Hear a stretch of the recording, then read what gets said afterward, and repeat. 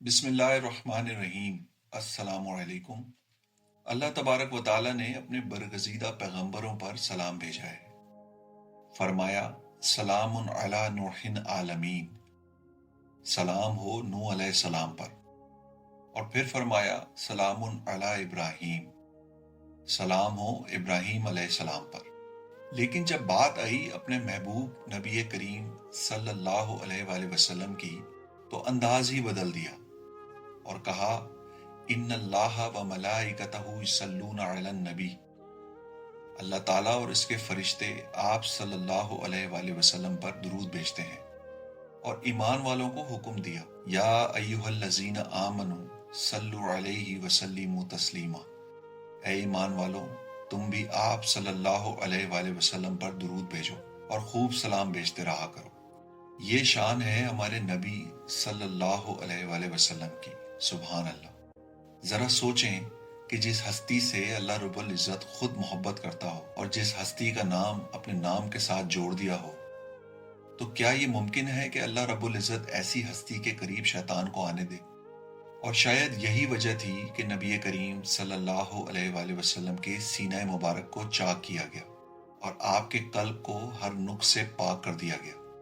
دوستوں، ویڈیو انتہائی اہم اور ایمان افروز ہے، لہٰذا آپ نے ویڈیو کو اسکپ نہیں کرنا اور آخر تک ضرور دیکھنا ہے۔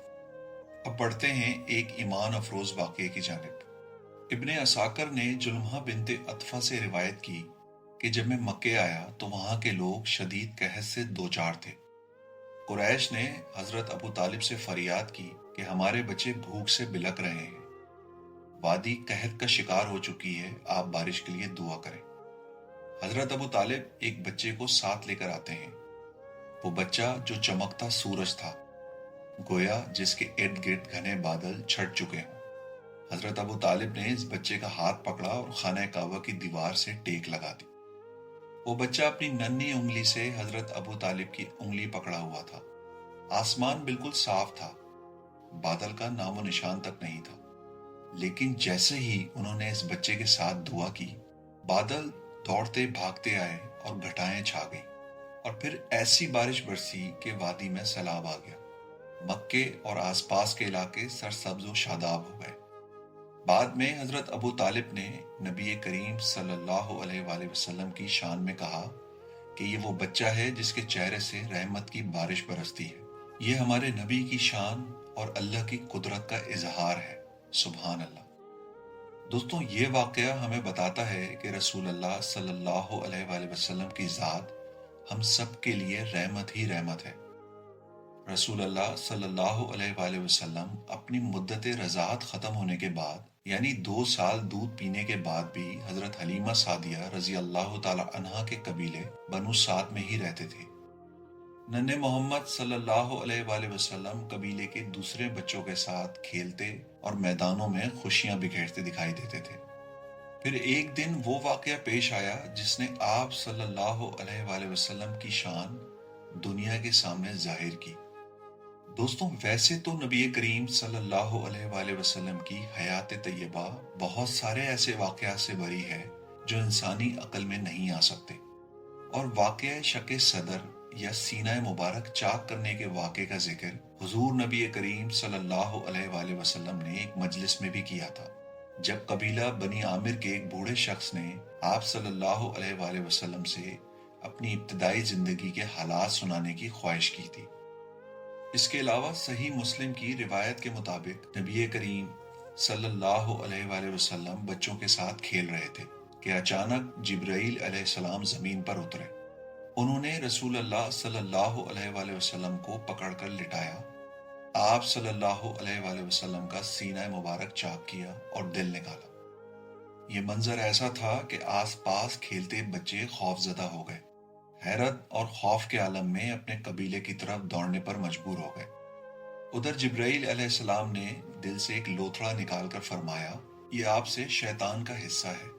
پھر دل کو زمزم کے پانی سے دھویا، اسے صاف و شفاف کیا اور دوبارہ اپنی جگہ واپس لگا دیا۔ قبیلے کے بچے حضرت حلیمہ سعدیہ رضی اللہ تعالی عنہا کے پاس پہنچے اور جو کچھ دیکھا تھا وہ سب بیان کر دیا۔ حضرت حلیمہ سعدیہ اور دیگر لوگ گھبراہٹ میں اس جگہ پہنچے تو دیکھا کہ ننھے محمد صلی اللہ علیہ وآلہ وسلم کا چہرہ زرد تھا، لیکن ان کی معصومیت اور دلکشی پہلے سے بھی زیادہ نمایاں تھی۔ یہ واقعہ حضرت حلیمہ رضی اللہ تعالی عنہا کو پریشانی میں ڈال گیا۔ انہوں نے جلدی فیصلہ کیا اور رسول اللہ صلی اللہ علیہ وآلہ وسلم کو مکے میں واپس ان کی والدہ حضرت آمنہ رضی اللہ تعالی عنہا کے سپرد کر دیا۔ کچھ عرصے بعد حضرت آمنہ رضی اللہ تعالی عنہا کو خیال آیا کہ وہ یثرب جا کر اپنے شوہر کی قبر کی زیارت کریں۔ دوستوں، تصور کریں کہ ننھے محمد صلی اللہ علیہ وآلہ وسلم اپنی والدہ اور خادمہ حضرت ام یمن کے ساتھ اونٹنیوں پر سوار صحرائی مناظر کے درمیان 500 کلومیٹر کا سفر کر کے راستے بھر خوشیاں اور محبت کے لمحات گزارتے ہیں، لیکن یہ سفر ادھورا رہنے والا تھا۔ یثرب میں قیام 1 مہینہ رہا اور پھر واپسی کا آغاز ہو گیا، مگر واپسی کے دوران مقام ابوا پر حضرت آمنہ رضی اللہ تعالی عنہا بیمار ہو گئیں۔ ننھے محمد صلی اللہ علیہ وآلہ وسلم اپنی والدہ کے چہرے کی طرف دیکھتے اور ان کے لیے فکر مند ہوتے۔ یہ بیماری شدت اختیار کرتی گئی اور پھر اس مقام پر ننھے محمد صلی اللہ علیہ وآلہ وسلم نے اپنی والدہ کو ہمیشہ کے لیے کھو دیا۔ یہ ایک ایسا لمحہ تھا جس میں محمد صلی اللہ علیہ وآلہ وسلم کے ننھے دل پر گہرے نقوش چھوڑے۔ اس کے بعد آپ صلی اللہ علیہ وآلہ وسلم کے دادا حضرت عبد المطلب رسول اللہ صلی اللہ علیہ وآلہ وسلم کو واپس مکہ لے کر آئے۔ وہ اپنے پوتے کو دنیا کی ہر تکلیف سے بچانے کی خواہش رکھتے تھے۔ گھر کے تمام بچوں سے بڑھ کر وہ ننھے محمد صلی اللہ علیہ وآلہ وسلم کو اپنی گود میں بٹھاتے، ان کی پیشانی کو چومتے اور کہتے، میرا یہ بیٹا غیر معمولی ہے، اس کی شان نرالی ہے۔ حضرت عبد المطلب کی یہ محبت بھی زیادہ عرصے قائم نہ رہی۔ رسول اللہ صلی اللہ علیہ وآلہ وسلم کی عمر 8 سال 2 مہینے 10 دن کی ہوئی تھی کہ دادا کا سایہ بھی اٹھ گیا۔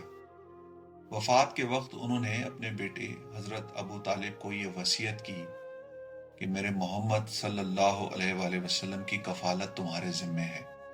اس بچے کی حفاظت کرنا اس کی قسمت میں بڑی عظمت ہے۔ یہ وہ مراحل تھے جہاں رسول اللہ صلی اللہ علیہ وآلہ وسلم کی زندگی کے ہر دکھ، ہر پریشانی اور ہر مصیبت کا سامنا کرتے ہوئے پروان چڑھے اور دنیا کو یہ سبق سکھایا کہ مشکلات ہمیشہ کامیابی کی بنیاد رکھتی ہے۔ دوستوں، امید کرتا ہوں کہ آپ کو یہ ایمان افروز ویڈیو ضرور پسند آئی ہوگی۔ آپ سے درخواست ہے کہ اپنی قیمتی رائے کا اظہار ضرور کریں، اس ویڈیو کو لائک کریں، اپنے پیاروں کے ساتھ شیئر کریں اور ہمارے چینل کو سبسکرائب ضرور کیجیے گا۔ بہت جلد اگلی ویڈیو کے ساتھ حاضر ہوں گے۔ اللہ حافظ۔